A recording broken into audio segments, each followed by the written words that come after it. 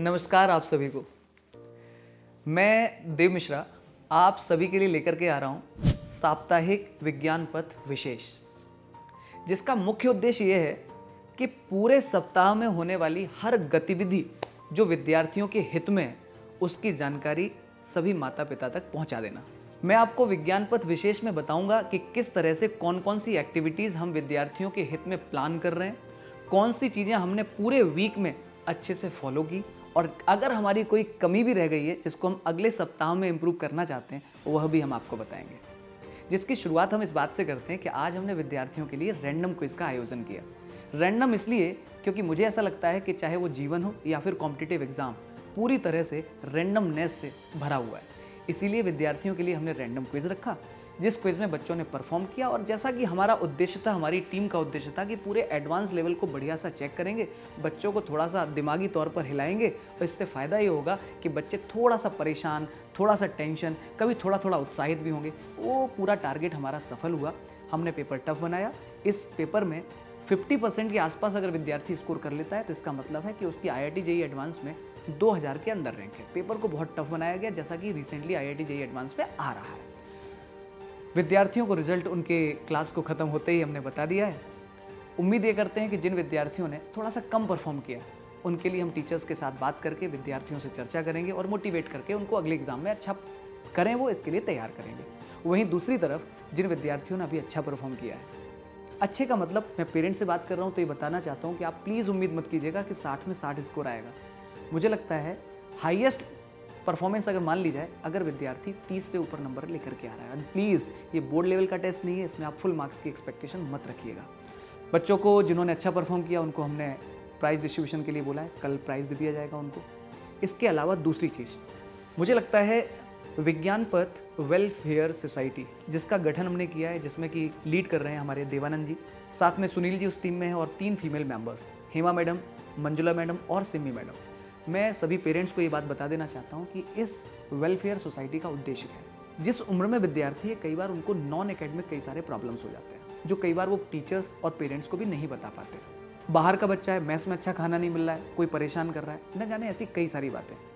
ऐसे ही हो सकता है एकेडमिक कुछ परेशानियाँ हों जो टीचर्स तक नहीं पहुँचा सकते। आप मान के चलिए ये विद्यार्थियों के गार्जियन है। इससे अगर किसी भी तरह की बच्चे को कोई प्रॉब्लम है तो ये पूरी टीम ध्यान रखेगी। इसके अतिरिक्त इस हफ्ते में हमने एक पेरेंट्स के लिए mobile number, complaint mobile number हमने पेरेंट्स को व्हाट्सएप पर पहुंचाया है, जिस नंबर का उद्देश्य है कि इस नंबर पर पेरेंट्स मैसेज करके बता सकते हैं कि विद्यार्थी घर पर नहीं पढ़ रहा है, उसकी परफॉर्मेंस से जुड़ी अच्छा भोजन नहीं कर रहा है, माता पिता की कंप्लेंट रहती है कि वो घर पर दूध नहीं पी रहा है, हरी सब्जियां नहीं खा रहा है। मतलब आप कुछ भी, आप जहां आपको लगे कि देव सर और उनकी टीम का कोई योगदान हो सकता है विद्यार्थियों को सशक्त बनाने के लिए, तो यकीन मानिए हमारा पूरा टीम इस उद्देश्य के लिए लगा हुआ है।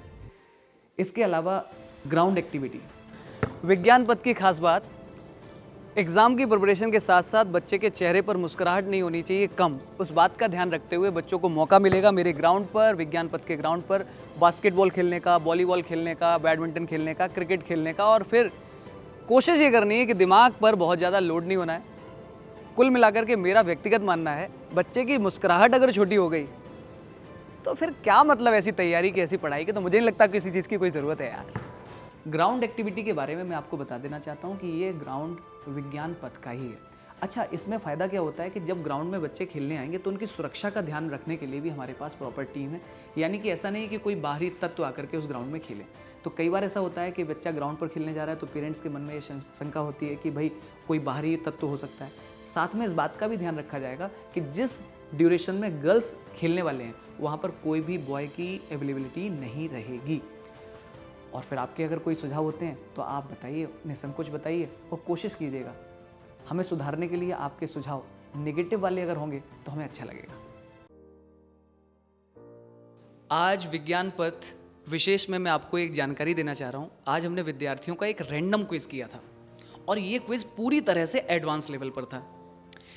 इस वीडियो के बाद में मैं आपको बताने वाला हूं कि आखिर हमारा उद्देश्य रैंडम क्विज को लेकर के क्या था, और इस क्विज में विद्यार्थी ने कैसा परफॉर्म किया हो तो आप उसको कैसे फीलिंग में ले सकते हैं। सबसे पहली चीज़ ये, मुझे व्यक्तिगत तौर पर लगता है कि हमारा जीवन और IIT JEE का पेपर दोनों ही रैंडमनेस से भरा हुआ है। जैसे कि मैथ्स का अगर पेपर देखें तो एक किसी क्वेश्चन किसी सर्टेन चैप्टर का है तो दूसरा किसी और का, ऐसा ही फिजिक्स में, ऐसा केमिस्ट्री में। इसी बात का ध्यान रखते हुए विद्यार्थियों के लिए एक पेपर रखा गया एडवांस लेवल पर। मेरे साथ में सोलंकी सर हैं। विगत लगभग 12 वर्षों में शहर में फिटजेई कोचिंग के मेन सेंटर हेड रहते हुए IIT जेईई एडवांस में शानदार रैंक दिलवाने का काम अगर किसी ने किया है तो वो हमारे सोलंकी सर ने किया है। सोलंकी सर स्वतः भी फिजिक्स सब्जेक्ट को पढ़ाते हैं और विद्यार्थियों के लिए IIT जेईई एडवांस लेवल तक उसको ले जाने में बहुत महत्वपूर्ण भूमिका निभाते हैं। सोलंकी सर, एडवांस में 50% के आसपास भी अगर विद्यार्थी स्कोर करता है तो आपका क्या मानना है, कितनी रैंक तक बच्चा सिक्योर कर सकता है? अगर एडवांस में 50% स्कोर वो कर लेता है तो उसकी रैंक कम से कम 2000 के अंदर आ जाती है। हाँ बिल्कुल, मैं भी सर सहमत हूँ सर। और मुझे लगता है कि एडवांस के पेपर में सर, जो NTA भी करता है सर, मेंस के पेपर में, एडवांस के पेपर में, कि कट ऑफ को वेरी करता है सर, उसका क्या कारण है? मतलब आप पेरेंट्स को ऐसे बताइए कि आखिर क्या कारण है सर? सर इसमें डिपेंड करता है कि पेपर का लेवल क्या है जी। कई बार जनरली 10% होता है कट ऑफ, लेकिन जैसे ही उनको लगता है कि पेपर टफ है, पेपर टफ कब डिसाइड होता है, जब बच्चे ने अटेम्प्ट कर लिया, बनाने वाले ने एक अपने इमेजिन वो लेवल से बनाया, जब बच्चे ने अटेम्प्ट किया उनको उतने बच्चे नहीं मिले, फिर वो कट ऑफ को गिरा देते हैं। ठीक बात है। मतलब ऐसे आप समझिए आसान भाषा में कि पेपर बनाया गया, पेपर बनाने वाले को ये लगा कि नहीं, इस पेपर में 10% स्कोर के आसपास कम से कम 1 लाख बच्चा स्कोर कर लेगा, उदाहरण के लिए। लेकिन हुआ क्या कि 10% तक स्कोर करने वाला बच्चा 1 लाख नहीं निकला, वो उससे कम ही रह गया। तो ऐसे केस में 1 लाख बच्चे अगर हमें चाहिए उदाहरण के तौर पर, तो फिर हमें कट ऑफ गिराना पड़ता है। मैं आपको सीधी सी बात बताता हूँ, जब आपका विद्यार्थी, आपका बालक बालिका घर पर स्कोर बताए तो आप उसको एक बार ये भी चेक करिए कि उस स्कोर को टॉप किसने किया है, जिससे कि आपको विद्यार्थी के अंदर रिलेटिव परफॉर्मेंस का आइडिया लग जाएगा। और मेन कहानी मेरे बारे में तो ये देखिए, विज्ञान पथ में बिल्कुल श्योर है। हम चाहते हैं कि विद्यार्थी की मुस्कुराहट छोटी ना हो और उसके साथ हम तैयारी कराएं।